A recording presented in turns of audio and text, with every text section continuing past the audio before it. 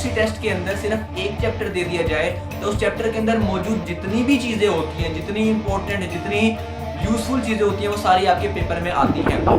अस्सलाम वालेकुम दोस्तों, कैसे हैं आप सभी लोग। मेरा नाम फैजान तनवीर है। आज की इस वीडियो के अंदर मैं आप लोगों को स्टैंड अप एग्जाम्स के बारे में बताने वाला हूं कि स्टैंड अप एग्जाम्स क्या होते हैं, किस तरीके से इसको प्रिपेयर किया जाता है, और अगर आपके स्कूल या college stand up exams conduct कर रहे हैं तो आपको किस तरीके से इसके अंदर तैयारी करनी चाहिए कि आपकी स्टैंड अप एग्जाम के अंदर भी अच्छी तैयारी हो के अच्छे नंबर आ सके, और इसके साथ आपके बोर्ड एग्जाम के अंदर भी अच्छे नंबर आ सके स्टैंड अप एग्जाम की तैयारी के साथ। तो चलिए आज की इस वीडियो को स्टार्ट करते हैं। सबसे पहले मैं आपको बताता हूँ कि स्टैंड अप एग्जाम्स होते क्या है, अगर किसी बच्चे को नहीं पता। तो स्टैंड अप एग्जाम्स कॉलेज या स्कूल वाले ये कह कर लेते हैं कि ये डिसाइड करेंगे कि इस बच्चे का एडमिशन किसी बोर्ड में भेजना है या नहीं। जो इसमें अच्छा परफॉर्म करेगा उसका एडमिशन बोर्ड में जाएगा, जो इसमें अच्छा परफॉर्म नहीं करेगा उसका एडमिशन नहीं भेजेंगे। ये सिर्फ एक मिथ है, ठीक है। स्कूल वाले सिर्फ या कॉलेज वाले इसीलिए बच्चों को कहते हैं कि बच्चे थोड़ा सा इसको सीरियसली लें, ठीक है। लेकिन इसका कोई भी डायरेक्ट ताल्लुक नहीं होता आपके एडमिशन से। आपका एडमिशन पहले ही जा चुका होता है क्योंकि आप लोगों ने उनको फीस दी है अपने बोर्ड एग्जाम की, तो आपका एडमिशन चला जाता है। इसका कोई डायरेक्ट कॉन्टेक्ट नहीं होता। लेकिन इसका ये मतलब नहीं है कि आप स्टैंड अप एग्जाम्स को ये समझो कि इसका लिंक नहीं है हमारे एडमिशन के साथ, इससे फर्क नहीं पड़ता कि हमारी कैसी भी परफॉर्मेंस होती है और हमारा एडमिशन चला जाएगा, ऐसा नहीं है, ठीक है। आपके स्टैंड अप एग्जाम्स को आपको सीरियस लेना पड़ेगा, यही समझ करके ये बोर्ड एग्जाम्स चल रहे हैं। जैसे बोर्ड एग्जाम में सीरियस होते हो, मेहनत करते हो, हार्डवर्क पुट करते हो, स्टैंड अप एग्जाम्स भी उसी चीज को ही आप लोगों को वैसा ही करना पड़ेगा। स्टैंड अप एग्जाम्स एक अच्छा तरीका होता है किसी भी स्टूडेंट को ये पता करने का कि वो कितना पानी में, कितनी उसकी तैयारी हो चुकी है बोर्ड एग्जाम्स की, और अभी उसको किस तरह किस डायरेक्शन में इंप्रूवमेंट की जरूरत है, क्योंकि ये बिल्कुल बोर्ड एग्जाम्स का रेप्लिका ही होता है। हमेशा आप लोगों ने एक चीज को माइंड में रखना है, अगर आपका टेस्ट के अंदर पूरी बुक अगर आपको दी जाती है फॉर एग्जाम्पल, तो हर एक चैप्टर में से कुछ इंपॉर्टेंट चीजें ही आपके पेपर में आती हैं। अगर उसी टेस्ट के अंदर फुल बुक की बजाय हाफ बुक दे दी जाए, यानी कि कुछ 4-5 चैप्टर्स दे दिए जाएं, तो उन चैप्टर्स में से ज्यादा मटेरियल आपके पेपर में आता है, ठीक है। तो जितना सिलेबस कम होता है किसी भी टेस्ट का, उतनी उसके अंदर से डिटेल ज्यादा निकलती है। खुद देखें ना, अगर 60 नंबर का या 100 नंबर का अगर लेट से पेपर बनाना है पूरी बुक के अंदर से, तो हम पूरी बुक में से हर चीज नहीं दे सकते।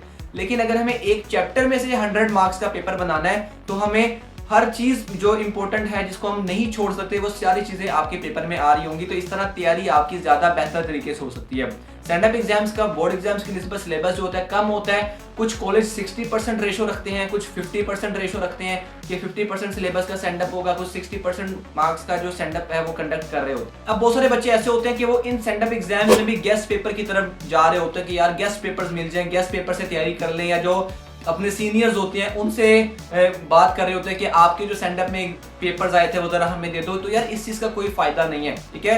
आपका सिलेबस कम है तो कोशिश करो जितनी अच्छी तैयारी कर सको इन चैप्टर्स की, दोबारा अच्छी तरह तैयारी करो, ताकि जब रिवीजन की तरफ आओ तो आपको दोबारा से चीजें याद ना करनी पड़े, आपकी प्रिपरेशन और ज्यादा बेहतर हो जाए। तो कभी भी गेस्ट पेपर की तरफ इन स्टैंड अप एग्जाम्स में नहीं जाना, सारी तैयारी करो, अच्छी तैयारी करो। अभी तो हमारे पास काफी ज्यादा टाइम है कि हम हर चीज को, एक चीज को अच्छे तरीके से कर सकते हैं। तो अभी स्टैंड अप आपको किसी भी स्कीम की तरफ या आपको किसी भी गेस्ट पेपर्स की तरफ जाने की हरगिज जरूरत नहीं। अब स्टैंड अप एग्जाम में बच्चे ये गलती करते हैं कि वो सिर्फ साइंस सब्जेक्ट्स पर बहुत ज्यादा फोकस करते हैं, उसकी उनको बहुत अच्छी तैयारी होती है, नंबर भी बहुत अच्छे आते हैं, लेकिन उसके चक्कर में जो आर्ट्स के सब्जेक्ट होते हैं, जो कंपलसरी सब्जेक्ट्स हैं, आपका इंग्लिश हो गया, इस्लामियात पाक स्टडीज हो गया, या आप लोगों का उर्दू इस्लामियात वगैरह, ये सब्जेक्ट्स वो ज्यादा अच्छी तरह तैयार नहीं करते। और आपने मेरी एक बात माइंड में रखनी है, साइंसेस के सब्जेक्ट्स में नंबर पूरे आ जाते हैं। अगर एक बच्चे को अच्छी तरह एक टॉपिक याद है, उसके नंबर वहां पर पूरे हैं। लेकिन आर्ट्स के सब्जेक्ट्स के अंदर ऐसा नहीं है। आर्ट्स के सब्जेक्ट के अंदर आपको जितना अच्छा लिखोगे उतने नंबर ज्यादा मिलेंगे, ठीक है। अगर एक बच्चा जिसके साइंस सब्जेक्ट्स में पूरे नंबर हैं, लेकिन उसको आर्ट्स के कंपलसरी सब्जेक्ट्स इतने अच्छे तैयार नहीं है, तो वो जो आर्ट्स के सब्जेक्ट है वो उसके नंबर को ओवरऑल गिरा देंगे।